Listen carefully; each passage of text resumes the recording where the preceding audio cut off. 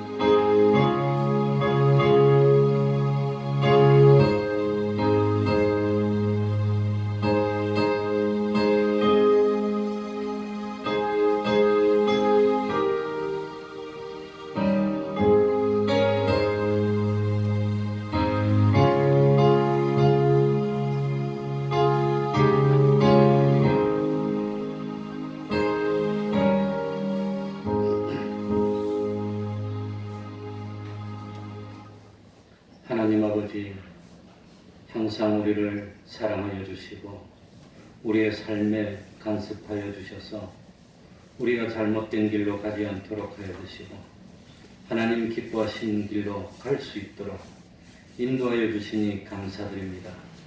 하나님 아버지, 세상에 많은 유혹이 있지만 그거 다 이기게 하여 주시고 이 시간 하나님 앞으로 불러주셨으니 또한 감사드립니다. 항상 하나님의 사람이 되게 해주시고 하나님의 것이 될 수 있는 저희들이 되게 하여 주옵소서.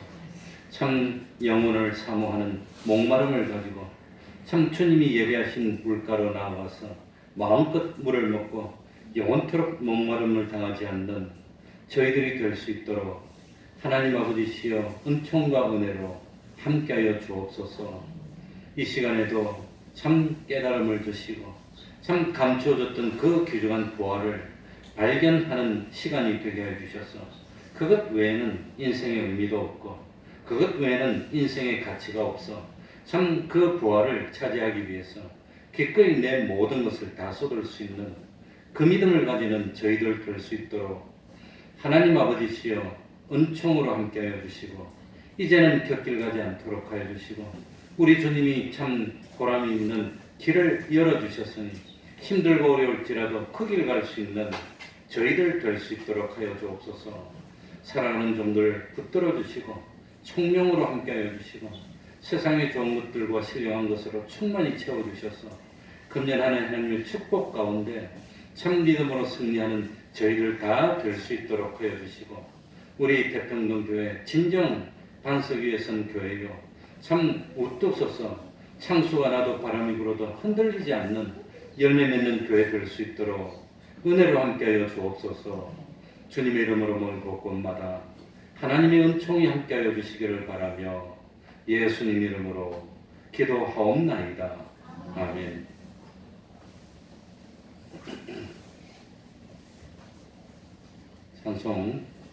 찬송하겠습니다.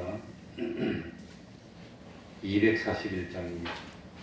찬송가 241장입니다.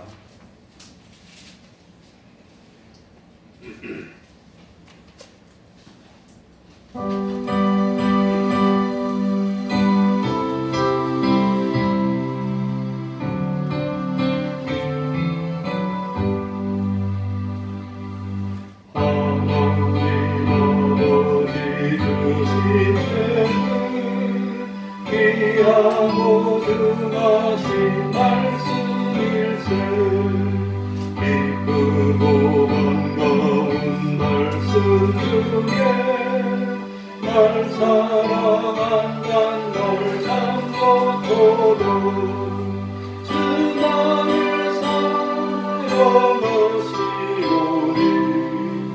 즐겁고도 즐겁고 주 나를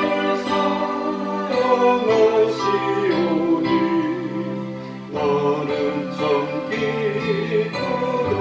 기쁘도록 구속의 은혜를 저버리고 거듭한 딴 길로 가다가도 예수의 사랑만 생각하며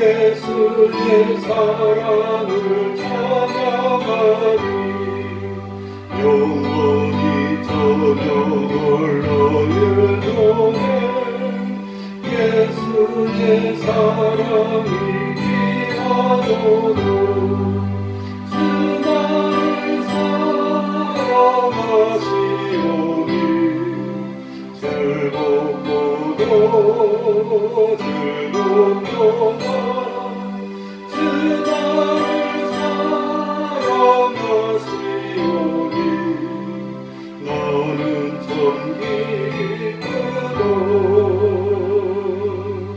주 예수 널 사랑하시오니 내가 또 예수를 사랑하네 날 구해주시며 내려오사 십자가 위에서 죽으셨네 주 나를 사랑하시오니 즐겁고도 즐겁도다 주 나를 사랑하시오니 나는 참 기쁘도 주 예수 널 사랑하시오니 마귀가 몰라서 물러가네 주 예수 이렇게 사랑하니 우리는 어떻게 보아갈까 주 나를 사랑하시오니 주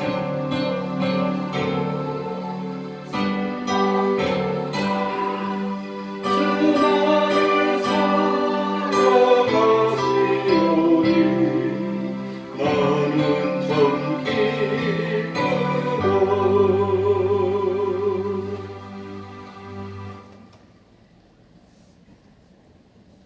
찬송가 434장입니다.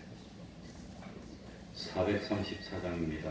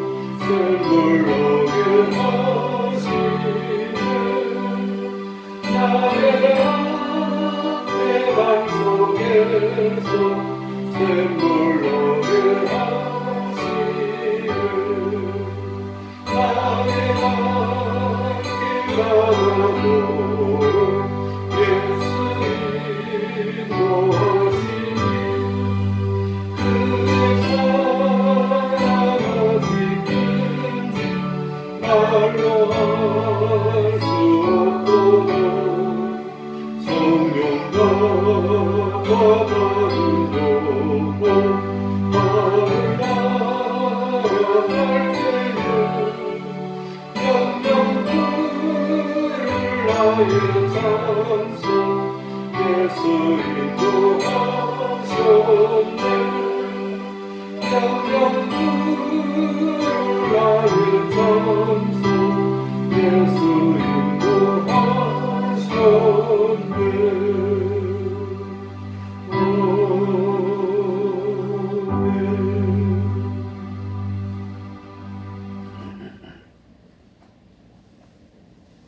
찬송가 318장입니다.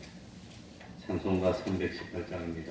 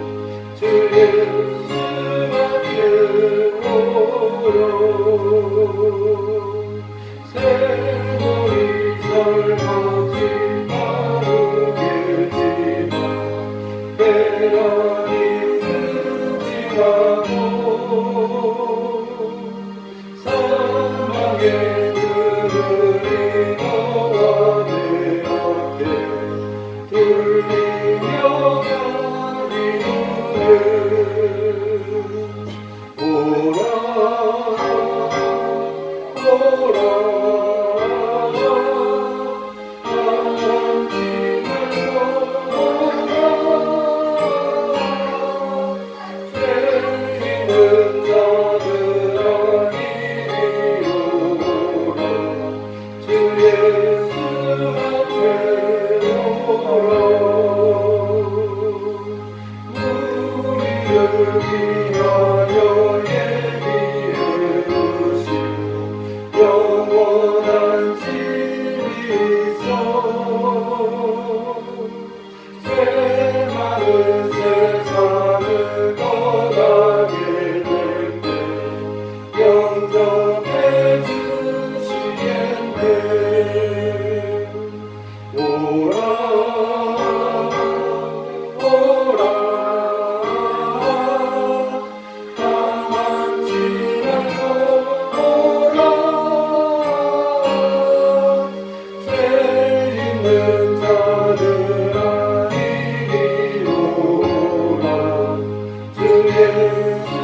앞에 오라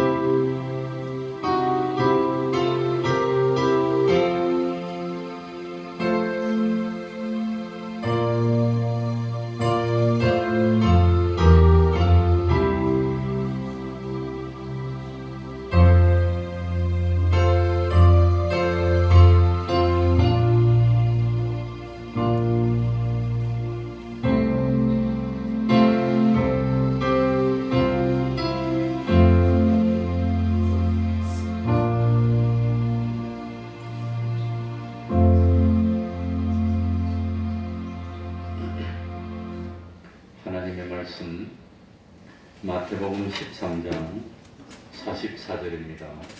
마태복음 13장 44절입니다.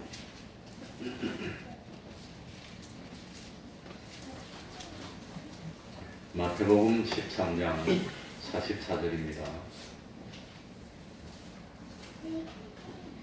제가 읽겠습니다.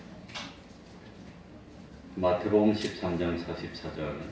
천국은 마치 밭에 감추인 보화와 같으니 사람이 이를 발견한 후 숨겨두고 기뻐하여 돌아가서 자기의 소유를 다 팔아 그 밭을 샀느니라.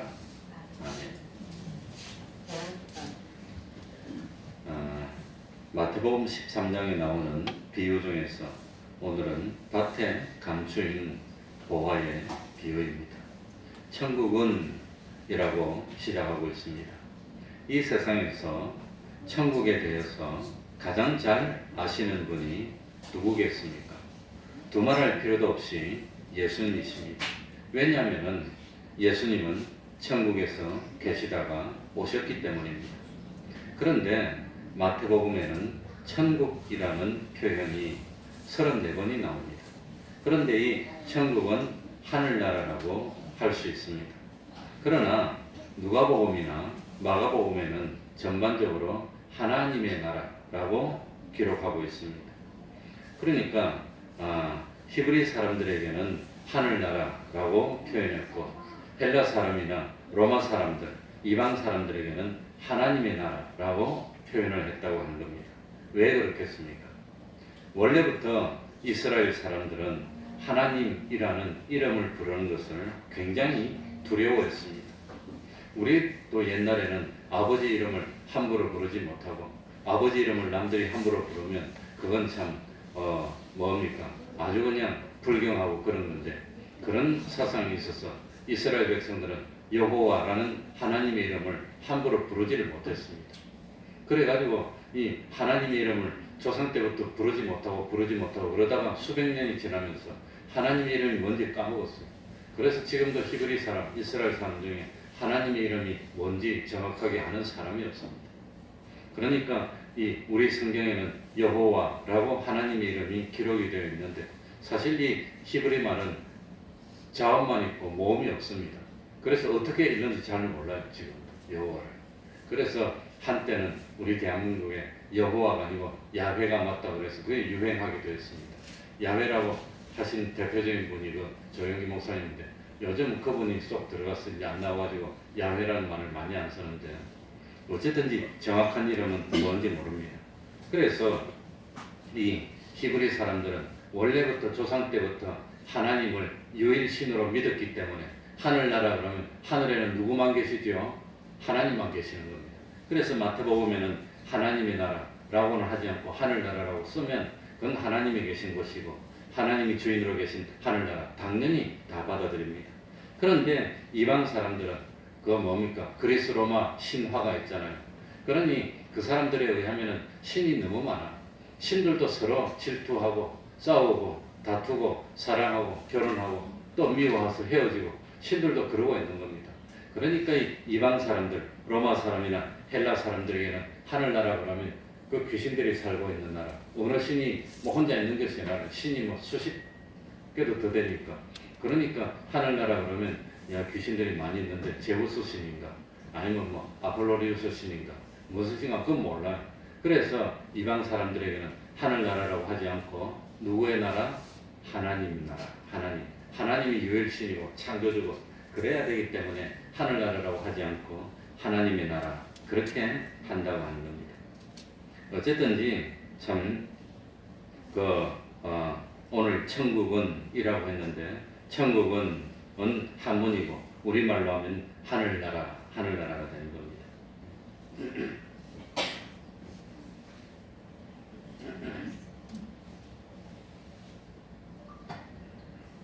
그러니까 예수님은 천국에 대해서 여러 가지 비유를 통해서 천국을 우리에게 가르쳐주고 있는 겁니다.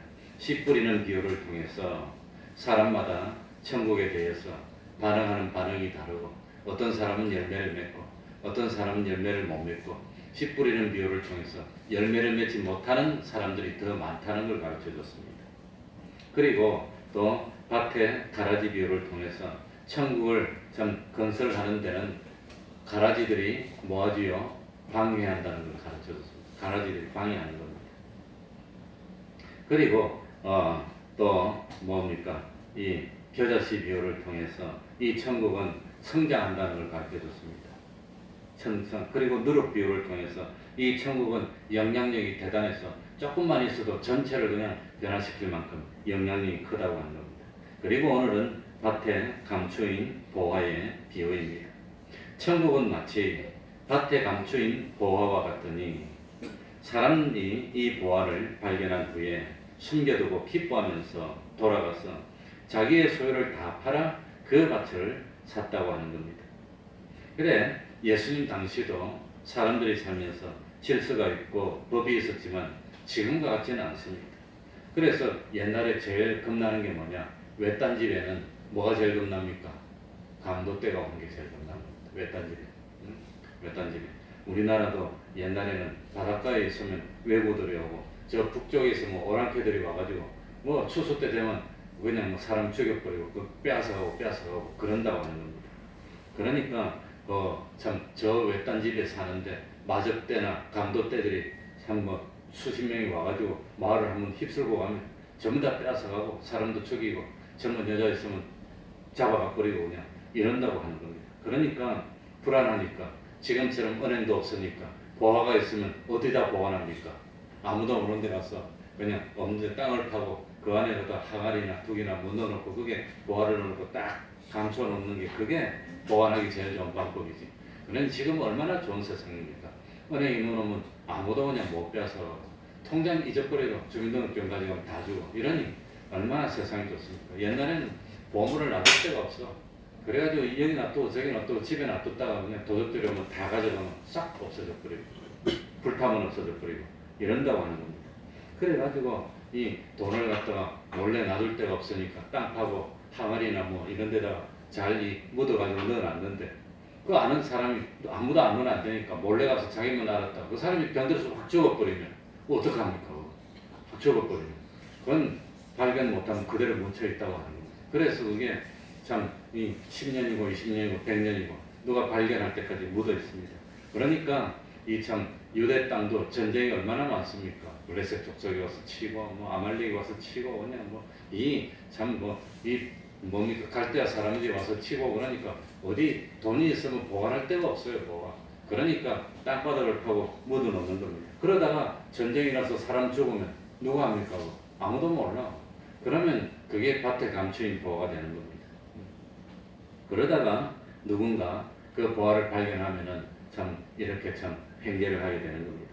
그러니까 오늘 본문의 경우는 어떤 사람이 참 감추인 보화를 발견했다고 하는 겁니다. 어떻게 발견했는지 모릅니다.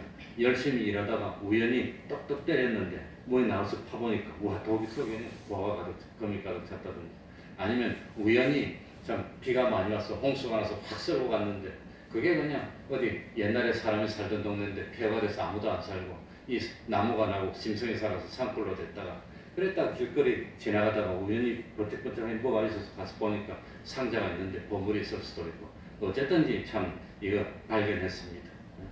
그 보화를 발견하고 난 뒤에 그 보화를 그냥 가져가면은 요즘같이 생각된다면 이 사람이 가난한 사람인데 그런데 어느 날 갑자기 돈을 펑펑 쓰면 의심하는 겁니다. 그래가지고 이 돈이 어디서 났냐고 캐서 물으면 그건 뭐 훔친 돈이면 그대로다. 그래서 선진국일수록 그냥 돈이 뭉태기가 생기면 쓰지를 못해요. 그 만약에 큰 돈을 팡팡 쓰면 금방 당국에 신고가 되고 세무서에서 조사를 나오면 돈이 어디서 났냐고 따지가지고 그러기 때문에 우리 그 친구들도 카나다 이민 간 친구 보니까 돈을 그건 다 드러난답니다. 쓰지를 못한답니다. 그래가지고 카나다 거기는 세금이 한 40%가 넘는답니다. 그 대신 학비도 공짜고 세금 낸 사람은 나중에 그 의료비도 공짜고 다 공짜랍니다. 그리고 나중에 연금을 받고 그런데 한국 사람들은 가면은 돈이 아까워서 세금 40%를 못 내고 숨기고 돈을 쓰면 분명히 돈을 많이 쓰면 이 사람 세금 안 냈는데 돈을 많이 쓴다. 당장 조사가 나온다. 그래서 다 잡힌답니다. 그러니까 이 신용사이고 카드 같은 거 쓰면 세금은 얼마 안 냈는데 돈을 많이 쓰면 당장 조사가 나온다. 그게 딱 신고가 됐어. 그러니까 이 사람도 밭에 감추인 보화를 그냥 가져갔다가는 당장 뽀록 날 거니까 그걸 놔두고 어떻게 한단 말입니까? 묻어놓고 안 보이게 해놓고 그 밭을 사는 거예요. 사가지고 그 밭이 자기 것이 되고 난 뒤에 밭에서 보화가 나오면 그건 합법적으로 자기 것이 되는 겁니다. 남의 밭에서 보화를 가져오면 그건 훔친 게 된다고 하는 겁니다. 이걸 깨달아야 됩니다. 그래서 그 보화를 숨겨놓고는 기뻐가지고 잠이 안 오는 거예요. 그 밭을 빨리 사야 되는데 그걸 사기 전에는 잠이 안 오고 그래가지고 그 보화를 사기 위해서 이거 참 날이 밝고 난 뒤에 이거 있는 걸 전부 다 팔아가지고 그 밭을 사고 난 뒤에 기뻐했다고 하는 겁니다. 이게 지혜로운 사람입니다. 그래서 천국은 밭에 뭐 하여진 보화가 같다 그랬죠. 천국은 어떻게 되어 있지요? 감추어져 있다는 겁니다. 천국은 어떻게 됐습니까? 감추어져 있습니다. 감추어져 있습니다. 그래서 11절에 보시면 뭐라고 해놨죠? 대답하여 걸어서 천국에 무엇을 아는 것이 비밀을 아는 천국은 뭐라 말입니까? 비밀이라고 하는 거예요. 비밀인데 우리에게는 너희에게는 허락되었으나 저희에게는 아니 되었다는 겁니다. 그러니까 천국에 대해서는 우리끼리만 아는 겁니다. 우리끼리 예수 안 믿는 사람 이방 사람들은 들어도 몰라 보아도 몰라 천국은. 그것이 보물이라는 것을 보여줘도 모르는 거예요. 근데 우리는 알고 있어. 그래가지고 옛날에 한번 내가 예를 들었지만 남아메리카 공화국에 그 전 세계에서 다이아몬드가 제일 많이 난답니다. 근데 어떤 사람이 농장을 했는데 잘 살았잖아요. 근데 그 주변에 다른 농장에서 다이아몬드가 발견돼서 막 떼부자가 되는 거예요. 그래가지고 뭐 어마어마한 부자가 되고 저수도 부자가 되고 이러니까 이 농장 주인이 마음이 두근두근하고 나도 다이아몬드를 발견해야 되는데 그러다가 그냥 자기 농장을 다 팔고 다이아몬드를 찾으러 막 다녔어. 결국은 못 찾고 말았어. 이 사람 알거지가 됐는데. 그런데 자기가 팔았던 그 농장에 사서 온 사람이 이 우연히 보니까 발바닥에 뭐 시커먼 돌 같은 게 부딪혔어. 이게 뭔가 보니까 시커먼 돌인데 나중에 전문가한테 보니까 그게 다이아몬드. 그러니까 자기 밭에 그 농장에 다이아몬드가 많이 있었는데 얼마나 많았던지 땅을 안 파도 나오는 그만큼 많았는데 그걸 몰랐어. 그 다이아몬드가 처음에 발견될 때부터 바짝바짝하지 않고 처음에 발견될 때는 시커먼 돌처럼 이렇게 있기 때문에 사람들이 봐도 잘 모르는데 근데 그걸 연말을 하면은 다이아몬드처럼 보인다는 거예요. 그러니까 참 이거 밭에 이 천국은 어떻게 돼 있단 말이지요? 감추어져 있다는 겁니다.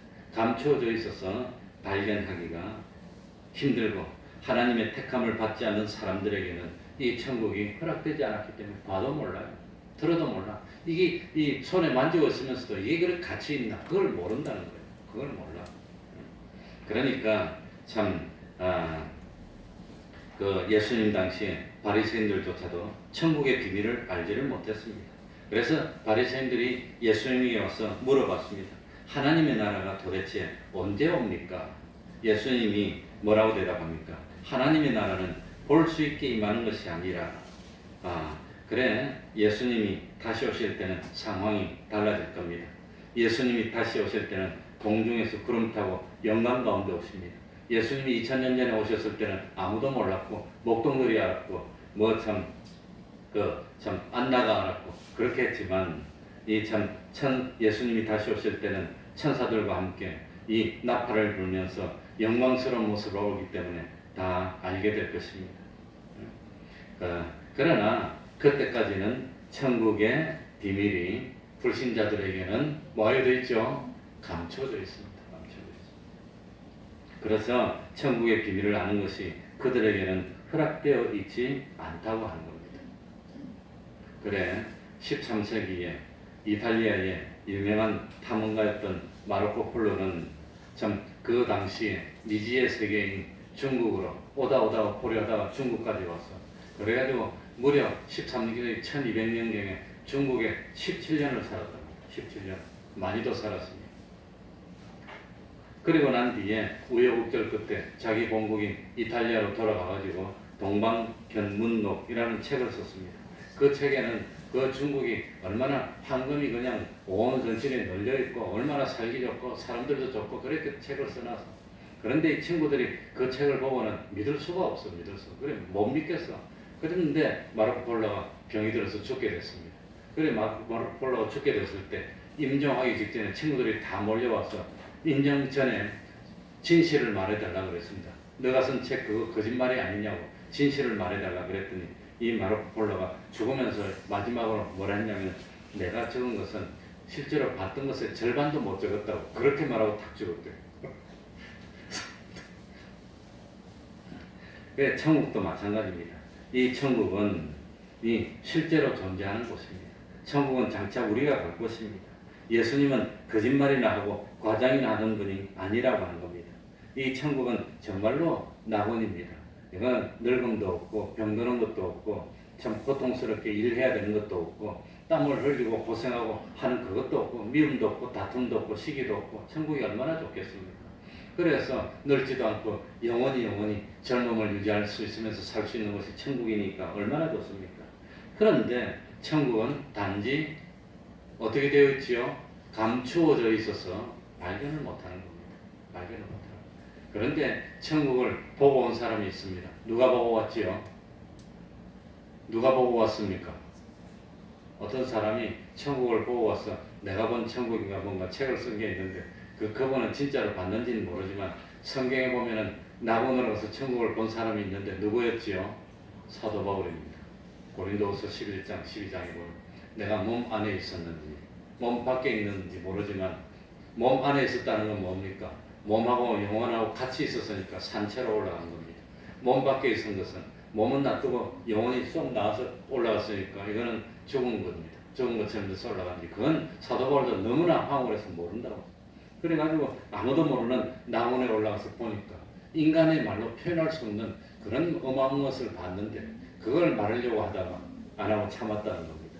참으면서 그건 정말 자랑할 만한 것인데 예? 그러니 이스라엘 백성들이 우리는 뭐 참 이 뭡니까? 우리는 뭐 요셉 집하고 우리는 베냐민 집하고 우리는 르벤 집하고 우리는 아브라함의 자손이고 뭐 자랑하니까 사도 바울 나는 하늘나라 가서 보고 왔다고 합니다. 하늘나라 가서 보고 온 사람 있으면 말해봐 나와봐. 그러면서 하늘나라를 자기가 보고 왔는데 몸 안에 있었는지 몸 바깥에 있었는지 모르지만 보고 왔는데 그걸 말하려고 하다가 참 하나님이 자기에게 준 계시가 너무 크고 지극히 큰데 자고하고 교만하게 될까봐 두려워서 말 안 한다고 참았어요. 그러니까 참 천국 아는 것은 우리에게는 허락되어 있지만 그들에게는 허락되지 않았습니다. 그러니 믿는 것만큼 천국이 보입니다. 정말 하나님과 하나 된 것만큼 천국을 깨달을 수 있고 천국을 깨닫고 아는 사람일수록 목마름을 더 느끼고 그리고 참 천국에 대한 소망이 더 크다고 하는 겁니다. 우리가 사는 세상은 밭입니다. 그런데 천국은 그 밭에 감추어져 있는 무엇이요? 보화라고 하는 겁니다. 보화. 그러니 밭을 다 팔아도 보화의 값이 되지 않는 겁니다.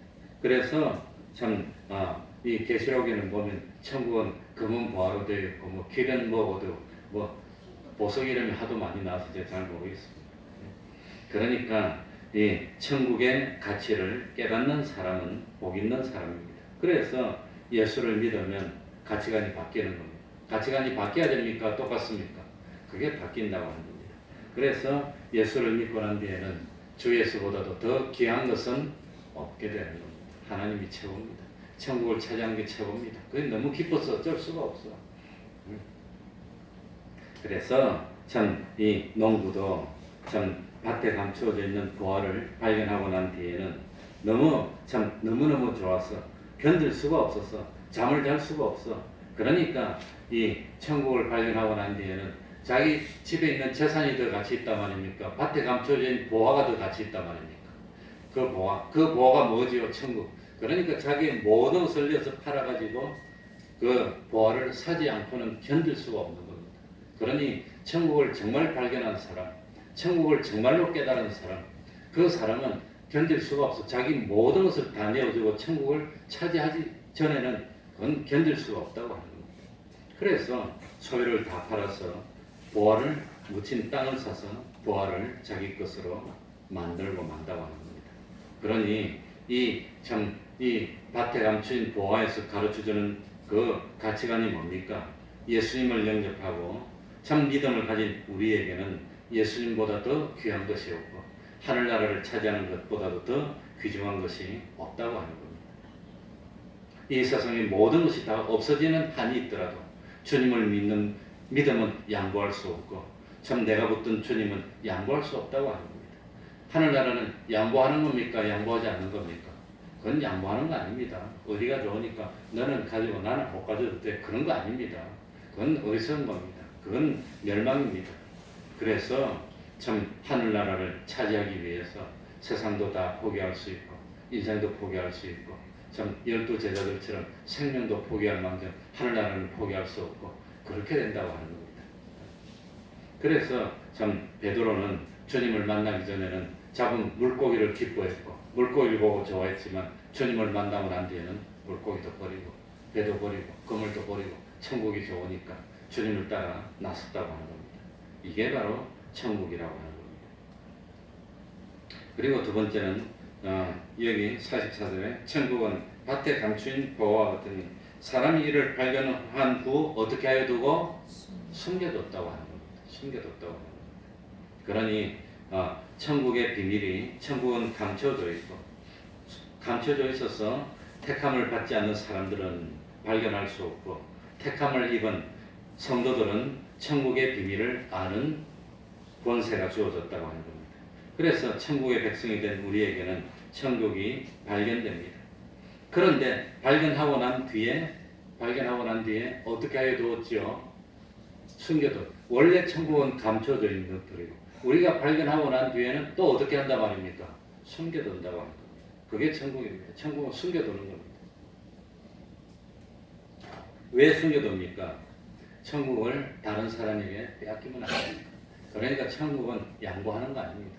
나는 안 가도 되니까 너는 가져, 너는 가져. 그러는 거는 지옥 가겠다는 겁니다. 멸망받겠다고 하는 겁니다.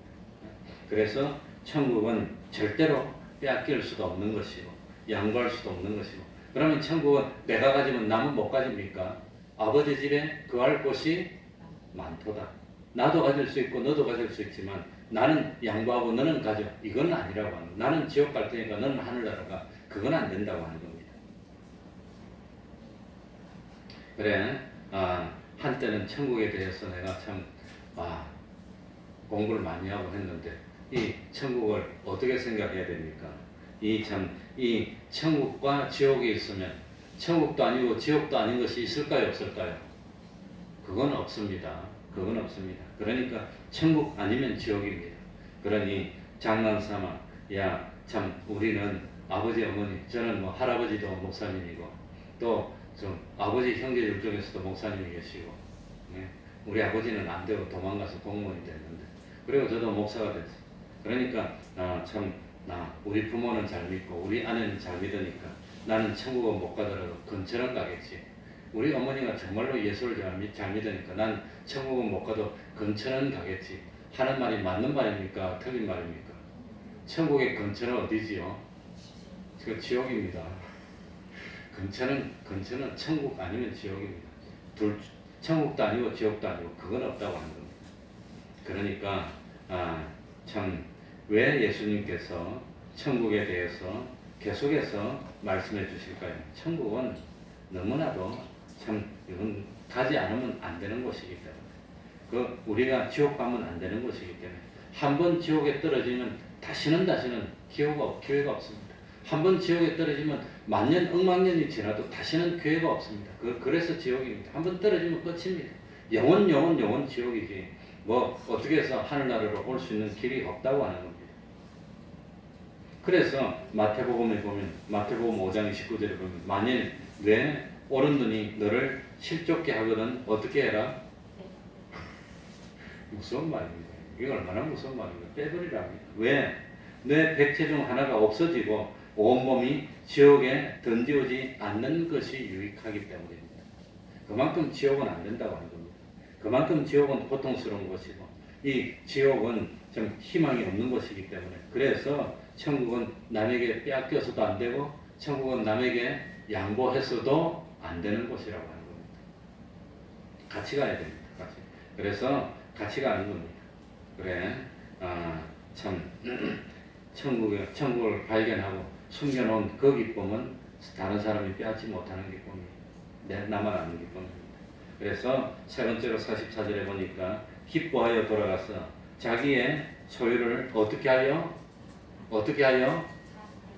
천국의 가격은 뭐지요? 자기 모든 것이라고 하는 겁니다. 그러니까 목마른 사람이 와서 물을 사야 되는데 무엇으로 사는 거지요? 돈 없이 사는 겁니다. 값 없이 사는 겁니다.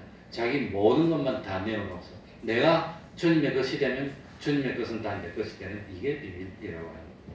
그래서 천국은 너무나도 가치가 있기 때문에 기뻐서 원하고 원해서 자기 모든 것을 다 팔아서 천국을 사는 것, 이게 천국이라고 하는 겁니다. 그래서 천국을 차지한 사람은 다른 건 소용이 없습니다. 다른 것을 욕심이 나지 않아야 됩니다. 정말로 천국을 발견한 사람은 이 참 천국보다도 귀한 것이 없기 때문에 다른 모든 것을 다 주더라도 그 보화를 가지지 않으면 안 되는 게 그게 천국을 발견한 사람입니다. 근데 그렇지 못한 것은 진실로 천국을 뭐하지 못했단 말이지요? 발견하지 못했다. 발견하지 못했다. 그래, 목사들도 유혹을 받습니다. 처음에 직장 그만두고 나올 때는 순교할 각오로 나오지 그냥 나오는 사람 없을 겁니다. 직장 다니다가 아이들도 있고 처도 있고 그런데 야 앞으로 어떻게 먹고 살까 그거 걱정 안 돼. 그냥 미쳐가지고 그래가지고 사표 내고 나오는 겁니다. 안 미치면 못 나옵니다. 천국을 발견하고 난 뒤에는. 그래, 참 미치는 것 중에 제일 크게 미치는 게 정치에 미치는 겁니다. 정치. 그러면 온 집안 다 망합니다. 다 망합니다. 우리 집안에도 그거 하신 분이 계신데 한번 하시고 난 뒤에는 떨어졌는데 그 다음에 이구동성으로 주변에 있는 사람이 다 이번에 나가도 안 되니까 나가지 말아야 했는데 그게 미치니까 소용이 없어. 그래가지고는 또 나가서 결국은 떨어지고 모든 재산을 다 따먹은 그런 어른이 계십니다. 근데 세상에서도 그런데 천국을 발견하고 나면은 그건 차지하지 않으면 안 되는 겁니다. 그건 미치는 겁니다. 그건 참 좋게 미치는 겁니다. 내가 미쳤어도 만약 내가 미쳤다면 미쳤어도 누구를 위해서 미쳤지요? 주님을 위해서 미친다고 사도 바울이 그랬어요. 그러니까 천국을 발견한 사람은 그건 참 그거 차지하기 전에는 인생의 의미가 없다고 하는 겁니다. 인생의 의미가 없습니다. 그렇기 때문에 천국을 발견하고 난 뒤에는 이 천국을 차지하기 위해서라면 모든 것을 양보할 수 있는 그 사람이 정말로 천국을 차지한 사람이라고 하는 겁니다. 그런데 천국의 가치는 있는 사람이나 없는 사람이나 내 모든 것만 다 하면 누구라도 가질 수 있는 것이 천국이라고. 그래서 하나님은 공의롭다고 하는 겁니다. 그러니 천국을 사는 데는 돈이 없어도 상관없습니다. 값이 없어도 상관없습니다. 누구 나와서 자기만 다 하면 천국을 살 수 있으니까 그게 공의로운 하나님입니다. 공평한 하나님입니다. 그러니까 하나님이 공평합니다. 그런데 마지막으로 한 가지만 더 말하고 마치겠는데 뭐냐 하면은 소유를 다 팔아 보화를 샀습니까? 밭을 샀습니까? 밭을 샀다는 겁니다. 밭을 샀어. 그게 문제입니다. 그걸 깨달아야 됩니다. 자기 있는 소유를 다 팔아서 보화만 사갔습니까? 밭을 산 겁니까? 그런데 그 밭은 샀는데 이 마태복음 13장에 보면은 천국 비유를 하면서 이 밭은 뭡니까? 밭은 이 참 밭을 샀는데 이 밭에는 길가도 있고 돌짝도 있고 가시덤불도 있고 가라지도 있고 이런 것이 섞여 있는 밭을